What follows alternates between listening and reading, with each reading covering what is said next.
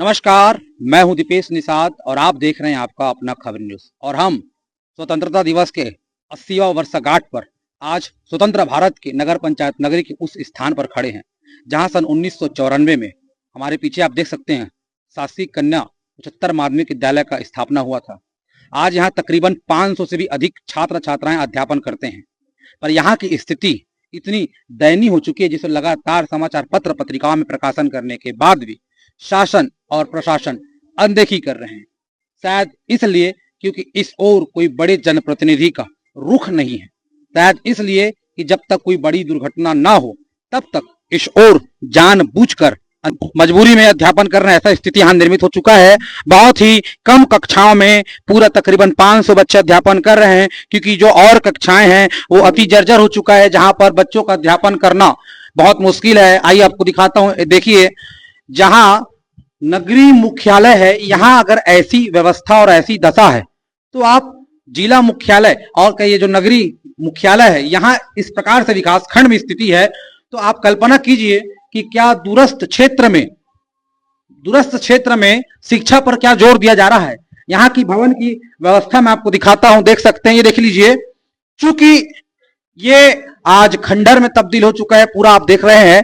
और आइए मैं आपको इसकी पूरी दशा दिखाता हूं। साथ ही साथ आप देख सकते हैं ये यहाँ की दशा है, यहाँ कैसे छात्र छात्राएं अध्यापन करेंगे। आला अधिकारी चार दीवारी में बैठकर एसी का आनंद लेकर अपना कार्य करते हैं, लेकिन क्या शासन और प्रशासन को इस ओर ध्यान देने की आवश्यकता नहीं है।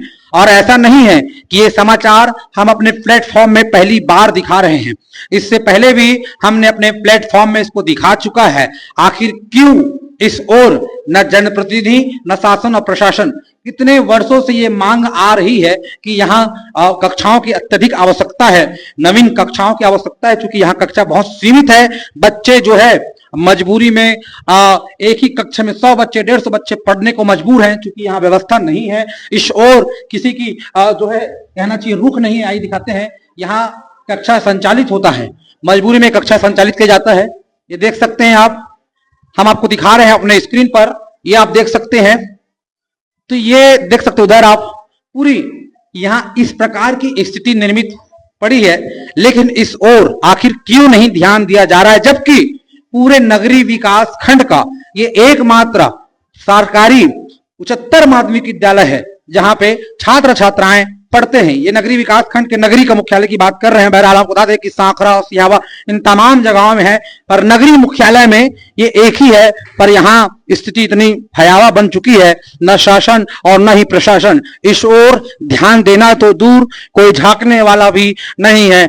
क्यों आखिर बच्चों के भविष्य के साथ खिलवाड़ करते हैं। ये देख सकते हैं, बेटी पढ़ाओ बेटी बचाओ की नारा लगाते हैं, तो बेटी क्या इसी खंडरों पे आके पढ़ के अपनी जान की बाजी लगाएंगे। तो आप देख सकते हैं यहाँ शिक्षा से ज्यादा बच्चों की जान को बचाए रखना जरूरी हो गया है। और कोई भी अभिभावक ऐसी स्थिति में अपने बच्चों को पढ़ाना नहीं चाहेगा।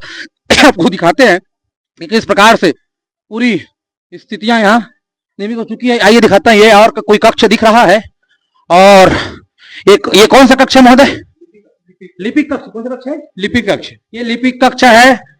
अब बड़ा दुख का विषय ये है, हम आपको दिखा रहे हैं, लिपिक कक्ष है, छत तो है, पर छत की स्थिति इस प्रकार है कि यहाँ त्रिपाल को लगाया गया है। अब यहाँ लिपिक बैठकर काम करते हैं, शासन तनख्वाह देती है, इसका मतलब यह नहीं कि उसके जान का वो रखवाला हो गए। इनके जान के साथ खिलवाड़ कहना चाहिए। किस प्रकार से यहाँ बैठ के कार्यालय में काम करते हैं आप देख सकते हैं। पूरी पॉलीथीन उधर जो त्रिपाल लगाया गया है, ऐसी स्थिति में बच्चे भी अध्यापन करते हैं। दूरस्थ वनांचल की हम बात नहीं कर रहे हैं, जी हाँ बिल्कुल सही सुन रहे हैं, हम बात कर रहे हैं नगरीय विकास खंड के नगरी, जो नगर पंचायत नगरी में ये स्थिति है, मुख्यालय में स्थिति है। आप ये देख सकते हो कि किस प्रकार से यहाँ जो लिपिक है अपना कार्य अपनी जान को हाथ पर रखकर करते हैं, और इसी तरह छात्र छात्राएं भी अध्यापन करते हैं। आइए हम आपको दिखाते हैं, और भी ऐसी कक्षाएं हैं जो आज सफेद हाथी के रूप में साबित हो रहा है, और किस तरह पूरे जर्जर अवस्था में है और बंद पड़ा हुआ है। ये देख सकते हैं बहुत बड़े स्तर पर यह भी बना है, पर ये ऊपर से लेकर नीचे अति जर्जर हो चुका है। इसलिए यहाँ कोई कक्षाएं संचालित नहीं होती है। यहाँ अत्यधिक आवश्यक है नवीन कक्षाओं की। बगैर जगह जगह जहां पर भवन है वहां भी सामुदायिक भवन बनाया जा रहा है। फिर इस ओर शासन और प्रशासन आखिर क्यों ध्यान नहीं दे रहे हैं? यह सोचनीय विषय। क्या ऐसा तो नहीं है कि कोई जब तक बड़ा जनप्रतिनिधि इस ओर अपना ध्यान आकर्षण नहीं करेंगे तब तक ये ऐसा ही दशा में बना रहेगा।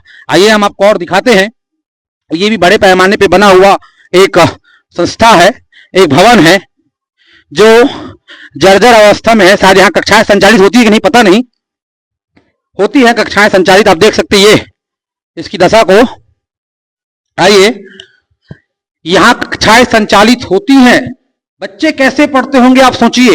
ये कोई प्राइमरी स्कूल नहीं है, हायर सेकेंडरी स्कूल है। जी हाँ, आप बिल्कुल सही सुन रहे हैं, हायर सेकेंडरी स्कूल, जहां बच्चे अपनी जान को हथेली में रख कर बैठते हैं। इस विषय को लेके अखिल भारतीय विद्यार्थी परिषद, साथ ही एनएसवाईओ ने भी इस विषय को अपनी पटल पर रखा है, पर फिर भी इस ओर जानबूझकर ध्यान नहीं दिया जा रहा है। कहीं ऐसा तो नहीं है कि किसी बच्चे की जब कोई घटना हो जाएगा तब शासन और प्रशासन हरकत में आएगी। आपको ज्ञात होगा कि कुछ समय पहले इसी विकास खंड में एक कमार बच्चे की ऊपर दीवार गिर गया था, जिससे पूरी शासन प्रशासन हरकत में आई थी। तो कहीं ऐसा तो नहीं है कि उसी की तरह यहाँ इंतजार किया जा रहा है कि एक प्राइमरी स्कूल में दीवार गिर जाने से उस बच्चे की क्या दशा हुई थी आप सब जानते हैं, आप लोग को बताने की आवश्यकता नहीं है।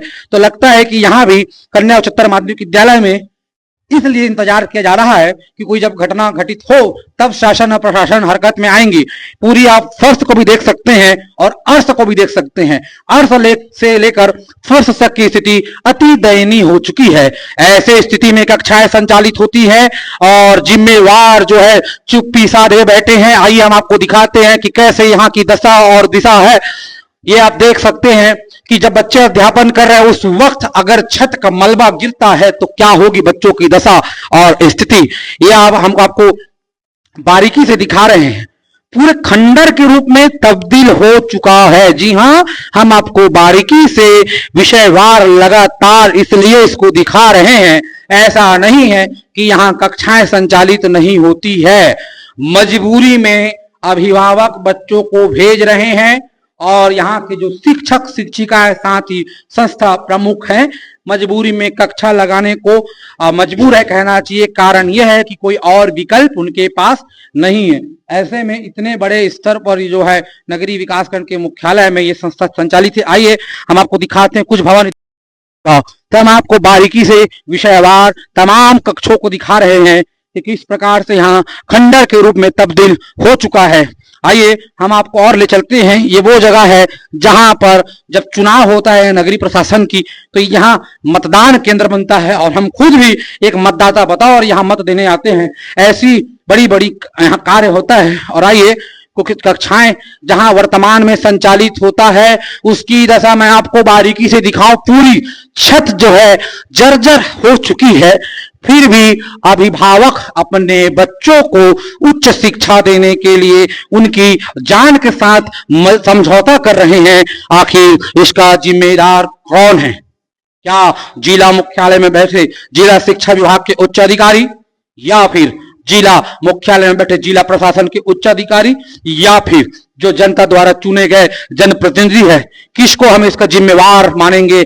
ऐसा एक स्थान नहीं है जहां पर भवन अति जर्जर अवस्था में ना हो, जबकि यहाँ बड़े बड़े चुनाव संचालन होता है, चुनाव का कार्यक्रम होता है, चुनाव को संचालित किया जाता है।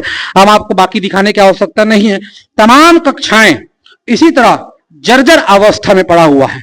इस ओर आखिर क्यों शासन प्रशासन, बार बार हम आपको इंगित कर रहे हैं कि शासन और प्रशासन इस ओर आखिर क्यों नहीं ध्यान दे रहे हैं। बहरहाल आइए हमने आपको पूरे चारों ओर की यहाँ की दशा को दिखाया है। आइए यहाँ के संस्था प्रमुख इस विषय को लेकर क्या कुछ कहती हैं आपको सुनाते हैं। साथ ही साथ इस विषय को लेकर जिला के जो शिक्षा अधिकारी है उनसे भी हम बात करेंगे। साथ ही माननीय कलेक्टर अविनाश मिश्रा जी से भी इस विषय को लेकर हम बात करेंगे। साथ ही साथ हम प्रयास करेंगे कि माननीय मंत्री जी से भी हम इस विषय में लेकर बात करेंगे। चूंकि हम लोकतंत्र के चौथे स्तंभ है, हमारे पास संपर्क सूत्र है, उनसे संपर्क कर इस विषय को बारीकी से इंगित करवाएंगे। आइए अब हम आपको ले चलते हैं मुख्य कार्यालय की ओर, जहां पर वर्तमान में कार्यालय संचालित होता है। क्या वहां की दशा कैसी है? बहरहाल आपको बता दें कि जितनी भी हमने कक्षाएं देखी हैं, जितने भी हमने बच्चों की कक्षा देखी हैं, स्टाफ लिपि कक्षा देखे हैं, सब अति जर्जर अवस्था में संचालित है। तो आइए यहाँ जो हमारे आगे देख सकते हैं, शहीद अभिषेक गोलछा के नाम से जो उच्च माध्यमिक विद्यालय है वो किस अवस्था में है। तो आइए हम आपको दिखाते हैं कि कैसे यहाँ की दशा है। और ये देख सकते हैं बच्चों के साथ साथ जो यहाँ के शिक्षक शिक्षिकाएं हैं, तमाम अपनी जान को हथेली में रखकर कैसे कार्य करने आते हैं। जिला में बैठे उच्च अधिकारी कहते हैं कि वहां की दशा तो बेहतर है, आप लोग हमें गुमराह कर रहे हैं। तो हम आपको दिखा रहे हैं हम कहाँ गुमराह कर रहे हैं और कहाँ हम झूठी समाचार संचालित करते हैं।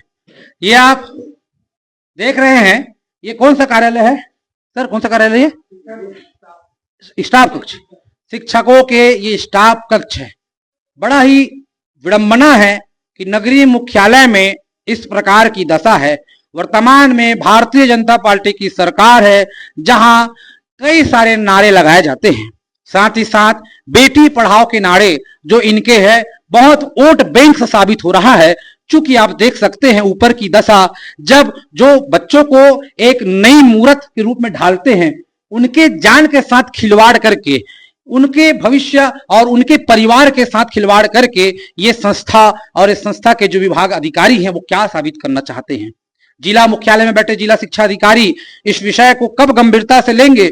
जिला मुख्यालय के बैठे माननीय कलेक्टर इस विषय को कब गंभीरता से लेंगे? साथ ही जनता द्वारा जो चुने गए जनप्रतिनिधि, ये तमाम आला लोग कब इस ओर इंगित होंगे? क्या मैंने पूरा आपको इंगित करता हूं, क्या ऐसा तो नहीं है कि वार्ड नंबर 2 में जिस प्रकार से एक कमार बच्चे के साथ दीवार गिरने पे जो घटना हुई तब प्रशासन हरकत में आई? क्या उसी का इंतजार कर रहे हैं कि कन्या उच्चतर माध्यमिक विद्यालय में जब घटना हो तब शासन और प्रशासन इस ओर अपना रुख लेंगे? तो देख सकते हैं तमाम कक्षाओं के अलावा भी जो स्टाफ है वहां की भी दशा बहुत जर्जर है। ऐसे में यह सवाल लाजमी है कि जब तक कोई घटना ना हो तब तक शासन और प्रशासन इस ओर अपना रुख नहीं मोड़ेंगे। ऐसा लगता है कि लगातार आवाज लगाने के बाद, लगातार समाचार पत्र पत्रिकाओं में प्रकाशन के बाद भी शासन प्रशासन जानबूझ के इस ओर अनदेखी कर रही है।